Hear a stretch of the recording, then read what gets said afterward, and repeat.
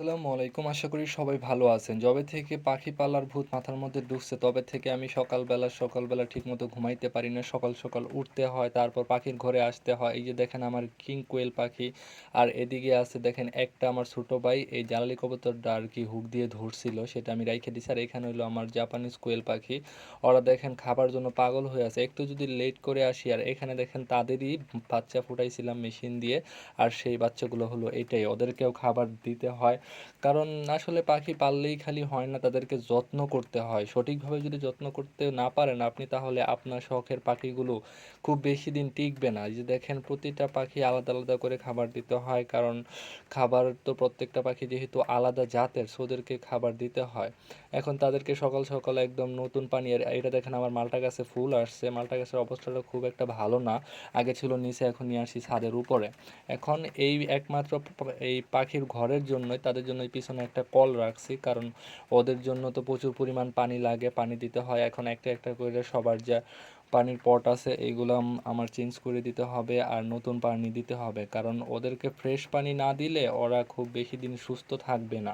তাই প্রতিনিয়ত ওদেরকে সুস্থ পানি দিতে হয়, ওরা যেন খেয়ে সুস্থভাবে থাকতে পারে। কারণ পানি যদি ভেজাল থাকে তাহলে আপনি যা কিছুই পালেন না কেন, পশু পাখি যাই হোক, ওরা কিন্তু সুস্থ থাকতে পারবে না। তাই অবশ্যই খেয়াল রাখতে হবে আপনার শখের পাখিগুলো যেন খুবই সুস্থ পানি পায়। তাই সবসময় চেষ্টা করবেন পাখিগুলোকে সুস্থ খাবার পানি দেওয়ার জন্য। এই যে এখন একটা করে প্রতিটা পাখির জন্য আলাদা পট, এই পটের বোতল হোক, যাই হোক, বাটি হোক, সবগুলোর আলাদা করে পানি দিতে হবে। আমি সেটাই করতেছি, পানি দিতেছি। আর পানি দেওয়ার পরে ওদেরকে খাবার দিব, বুঝছেন?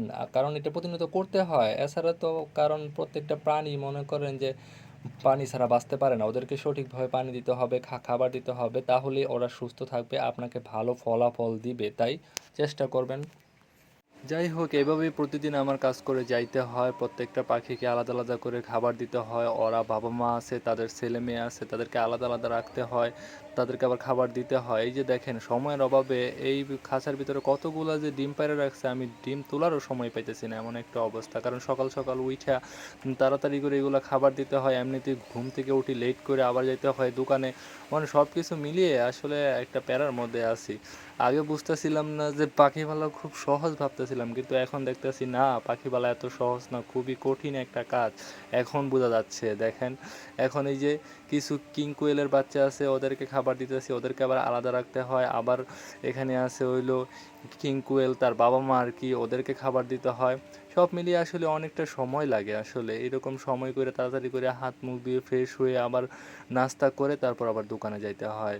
দেখছেন কত পরিমাণ কাজ করতে হয়। আর এখন দেখেন এইগুলো স্টার্টার ফিডগুলা, আমি যে নতুন জাপানিজ কোয়েল পাখির যে বাচ্চা তুলছি ওইগুলার তো এত একটু আর কি পিষিয়ে খাবার দিতে হয়, নাইলে ওরা খাইতে পারে না। দেখেন কতগুলা পাখি, আর যখন একটু বড় হবে তাদের কি পরিমাণ যে খাবার লাগবে আল্লাহই জানে।